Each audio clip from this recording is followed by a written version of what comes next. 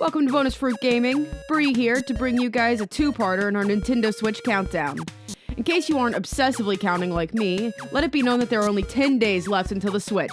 Let's get to it. Perhaps the biggest surprise in the initial reveal of the Nintendo Switch, other than the reveal itself, was the appearance of Skyrim. While, after the fact, Bethesda attempted to play it cool and rather hands-off, everyone was able to accurately speculate that the critically acclaimed Elder Scrolls V was coming to the Switch, and it was one of the least surprising announcements that came from the live event several weeks later. To be fair, I'm not all that excited about Skyrim itself, as the Elder Scrolls games had a time in my life, and now I'm looking forward to new games that are planned for the system. However, I am extremely excited for what this means for the system overall.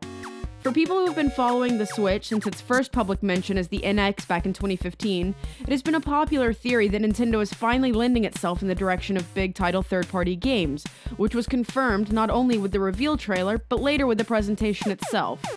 In general, the public still has its reservations with the seemingly lacking lineup as it stands so far, but I think a game like Skyrim, which just got a remastered version, putting it back in the spotlight for a short time, is a sign of good faith from Nintendo in regards to this commitment.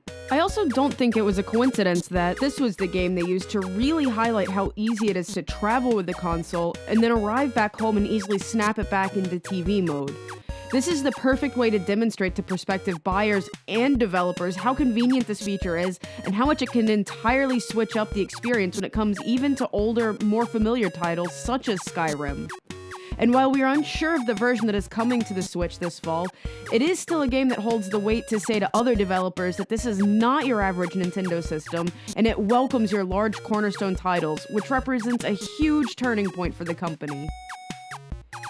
And speaking of developers, as of a couple of days ago, it has become fairly common knowledge that the Switch has been priced extremely aggressively as far as its dev kit goes. During the Game Creators Conference in Osaka, Japan, it was announced that these kits would be selling for 50,000 yen, or for those of you who are more likely to understand that in US dollars, around $450. There are a couple of things about this that I find extremely noteworthy. The most obvious part is that, by comparison to other dev kits for consoles, this is extremely affordable. By means of comparison, the PS3 kit went for $20,000 at launch, or, for a more recent example, the PS4 went for $2,500. The other part of this that I find noteworthy is that Nintendo is not playing hard to get with this information. Looking back at the Wii U, there was no announcement, formal or informal, on the cost of the dev kit for the console, and as a result, the best we can do is go off the rumored amount, which is a point similar to the PS4 at $2,500. If this rumor is to be believed, the price for the Switch's kit is a whopping 82% less than the Wii U before it.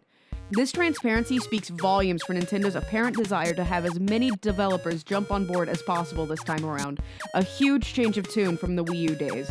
All of this paired with the multiple engines it supports and the fact that many developers have made specific comments on how programmer-friendly the system is, leaves me excited for what's to come from every developer, big or small. How about you guys? Are you hoping for a more fleshed out catalog of third-party support? I, for one, am keeping optimistic for more developers to jump on board after launch. Let us know what you think in the comments below, and be sure to subscribe if you haven't. See you tomorrow!